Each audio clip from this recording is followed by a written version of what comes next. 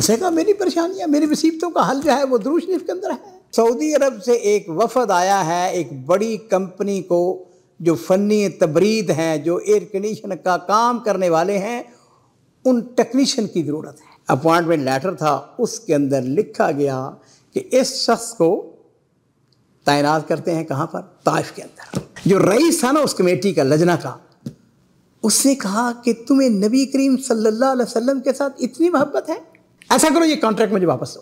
اس نے کہا جاؤ پھر ایسا کرو کہ مدینہ شریف کے اندر ہماری برانچ ہے، ہم تمہاری تعیناتی وہاں پہ کرتے ہیں۔ السلام علیکم ورحمۃ اللہ وبرکاتہ۔ بسم اللہ والصلاۃ والسلام علی رسول اللہ۔ معزز ناظرین اکرام، آج کا یہ جو قصہ اور واقعہ ہے بڑا ہی اہم ہے، اور میں چاہوں گا کہ اس کو بڑی توجہ کے ساتھ سنیں۔ یہ واقعہ میرا اپنا اندازہ ہے مصر کے اندر پیش آیا۔ مصر کا ایک نوجوان، وہ فنی تبرید، یہ جو نہیں ہوتے ایئر کنڈیشن ٹھیک کرنے والے، اس کا ماہر تھا، اس نے اپنی دکان کھول رکھی تھی۔ اب صورتحال یہ ہے کہ کاروبار کو اچھا نہیں چل رہا، کبھی کوئی گاہک آ گیا، کبھی خالی دن گزر گیا، بیوی تھی، بچے تھے، اخراجات، دکان کے اپنے اخراجات، کرایہ، بڑا پریشان۔ اب اس کا کیا کہیے کہ یہ مسجد میں جاتا، مسجد میں جا کے بیٹھا رہتا، مغرب سے عشاء تک ہاں جی بیٹھا رہتا، دعائیں کرتا رہتا، قرآن پڑھتا رہتا، وغیرہ وغیرہ۔ ایک دن ایسا ہوا، جو امام مسجد تھا اس نے اس سے پوچھا، یار بات سنو، میں تمہیں دیکھتا ہوں تم ہر روز ہی مسجد میں بیٹھے ہوتے ہو، مغرب کی نماز کے بعد سے لے کر عشاء تک، اور ویسے بھی تو کیا بات ہے، پریشان نظر آتے ہو، کیا ہوا تمہیں؟ اس نے کہا جی بات یہ ہے امام صاحب کہ میری حالت یہ ہے کہ کاروبار کو اچھا نہیں ہے جی، میں نے وہ ایئر کنڈیشن ٹھیک کرنے کی دکان کھولی ہوئی ہے، لیکن کبھی کوئی گاہک آ گیا، کبھی نہیں آتا ہے، ویسے بھی یہ سیزن جو ہوتا ہے گرمیوں کے موسم میں زیادہ چلتا ہے۔ خیر، اس نے کہا اچھا میں تمہیں ایک طریقہ بتاتا ہوں۔ اس نے کہا بتائیں کیا طریقہ ہے؟ اس نے کہا ایسا ہے کہ عشاء کی نماز ہونے والی ہے، اس کے بعد میں آپ کو بتاؤں گا۔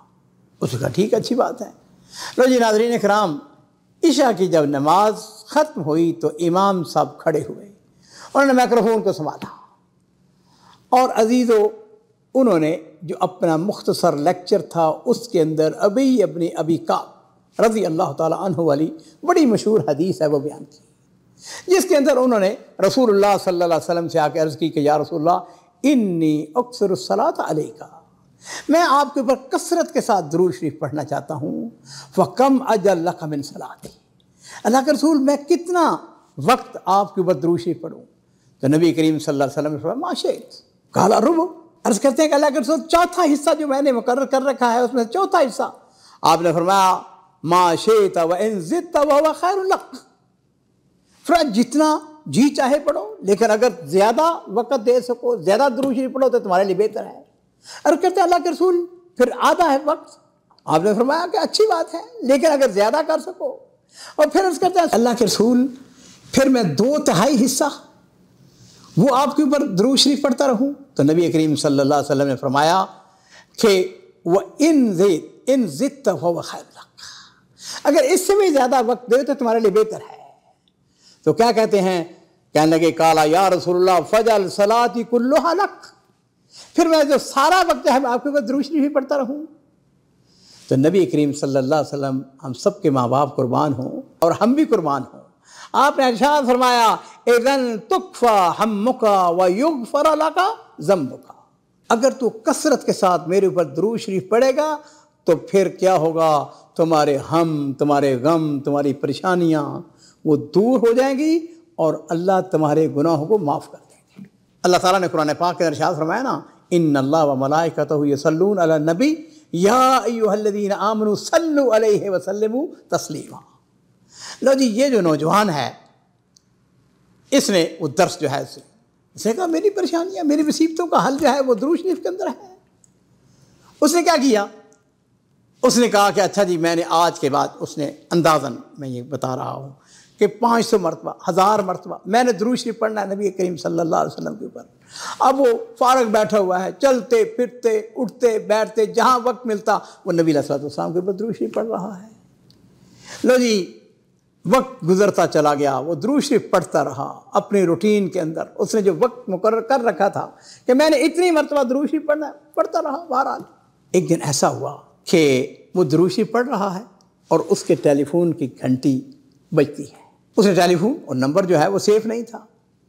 اس نے ٹیلی فون اٹھایا، اس نے کہا ہاں تم فلاں بول رہے ہو جو کہ ایئر کنڈیشننگ کی جس کی دکان ہے؟ اس نے کہا ہاں. اس نے کہا ایسا ہے کہ سعودی عرب سے ایک وفد آیا ہے، ایک بڑی کمپنی کو جو فنی تبرید ہیں، جو ایئر کنڈیشن کا کام کرنے والے ہیں، ان ٹیکنیشین کی ضرورت ہے، سعودی عرب کے اندر ان کی ضرورت ہے. اور مجھے کسی نے بتایا تمہارے بارے میں کہ تم اچھا کام جانتے ہو، کل جو ہے فلاں جگہ ایسے لوگوں کا انٹرویو ہو رہا ہے، میں یہ چاہتا ہوں کہ تم بھی وہاں پر جاؤ، جا کے انٹرویو دو. اس نے کہا اچھا، اس کا مطلب یہ ہے کہ سعودی عرب کے اندر مجھ کو جاب مل جائے گی. لو جی ناظرین اکرام، اگلے دن وہ وہاں پہ پہنچ جاتا ہے. اب وہ کمپنی کے جو ریپرزنٹیٹیو آئے ہوئے تھے، نمائندے آئے ہوئے تھے، انہوں نے اور بھی بہت سارے لوگ تھے جو انٹرویو دینے کے لیے آئے ہیں، خلیجی ممالک کے اندر ہو، پاکستان ہو، ہندوستان ہو، ہمارے جتنے بھی ممالک ہیں. ہر شخص یہ چاہتا ہے کہ بھائی اگر اس کو موقع ملے تو سعودی عرب آئے. اسے انٹرویو دیا اور ماشاءاللہ انٹرویو کے اندر اس کا نام جو ہے، جو کامیاب لوگ تھے ان کے اندر اس کا نام آ جاتا ہے. اور ناظرین اکرام، وہ شخص جس نے اس کا ٹیلی فون کیا تھا وہاں بیٹھا ہوا تھا، انٹرویو لینے والوں میں وہ بھی شامل تھا. اس نے اس سے کہا کہ یہ بتاؤ کہ تمہارے پاس میرا نمبر کیسے آ گیا، تو نے مجھ کو کیسے کال کی؟ اس نے کہا بات یہ تھی کہ میں اپنے ایک دوست کے ہاں گیا ہوا تھا اور ہم مجلس کے اندر بیٹھے ہوئے ہیں، اس کا ایئر کنڈیشن بہترین کام کر رہا تھا. کہتا میں نے اسے پوچھا یار یہ تمہارا ایئر کنڈیشن ہمارا ہر وقت خراب رہتا تھا، یہ تو نے نیا لگوایا؟ اس نے کہا نہیں وہی میں نے ٹھیک کروایا. میں نے پوچھا کہاں سے ٹھیک کروایا، کس سے ٹھیک کروایا؟ تو اس نے تمہارا نمبر دیا. اس سے کہا فلاں شخص نے یہ میرا جو ایئر کنڈیشن ہے اس کو ٹھیک کیا. کہتا ہے چونکہ یہ وفد آ رہا تھا تو میں نے کیا کیا، میں نے تمہارا نمبر لے لیا. لو جی ناظرین اکرام، کہتا ہے میری سلیکشن ہو گئی اور وہ جو اپوائنٹمنٹ لیٹر تھا اس کے اندر لکھا گیا کہ اس شخص کو تعینات کرتے ہیں کہاں پر؟ طائف کے اندر. طائف کے اندر اس کی تعیناتی ہوگی. دستخط اس نے کر دی. اچھا، جس وقت اس نے گفتگو کی نا، اس نے کہا کہ ایسے ایسے تم نے ایئر کنڈیشن فلاں کا ٹھیک کیا تھا، اس وجہ سے تمہارے پاس تمہارا نمبر آیا اور ابھی ہم نے تمہیں دیکھا ہے، ماشاءاللہ تم بہترین ہو. تو یہ جو نوجوان ہے اس نے کہا نہیں، ایک اور سبب بھی ہے. اس نے کہا کیا سبب ہے؟ اس نے عزیزو وہی ابی ابن کعب والی حدیث وہ سنا دی. اس نے کہا کہ میں کثرت سے نبی کریم صلی اللہ علیہ وسلم پر درود شریف پڑھتا ہوں. اور وہ جو انٹرویو لینے والے تھے انہوں نے اس کے چہرے کی طرف دیکھا. جو رئیس تھا نا اس کمیٹی کا، لجنہ کا، اس نے کہا کہ تمہیں نبی کریم صلی اللہ علیہ وسلم کے ساتھ اتنی محبت ہے، اتنا پیار ہے، ایسا کرو یہ کانٹریکٹ مجھے واپس دو. اور ناظرین اکرام، آپ کو یہ جان کے تعجب ہوگا کہ اس نے اس کانٹریکٹ کے اندر جو طائف کا نام لکھا ہوا تھا اس کو کاٹ کر اس کے اوپر مدینہ شریف لکھ دیا. اس نے کہا جاؤ پھر ایسا کرو کہ مدینہ شریف کے اندر ہماری برانچ ہے، ہم تمہاری تعیناتی وہاں پہ کرتے ہیں، وہاں پہ مسجد نبوی کے اندر نمازیں پڑھنا، وہاں پہ نبی کریم صلی اللہ علیہ وسلم کے اوپر درود شریف پڑھتے رہنا. اور وہ کہتا ہے کہ اللہ کے فضل و کرم سے میری تعیناتی جو ہے وہ درود شریف کی برکت کی وجہ سے مدینہ شریف کے اندر ہو جاتی ہے.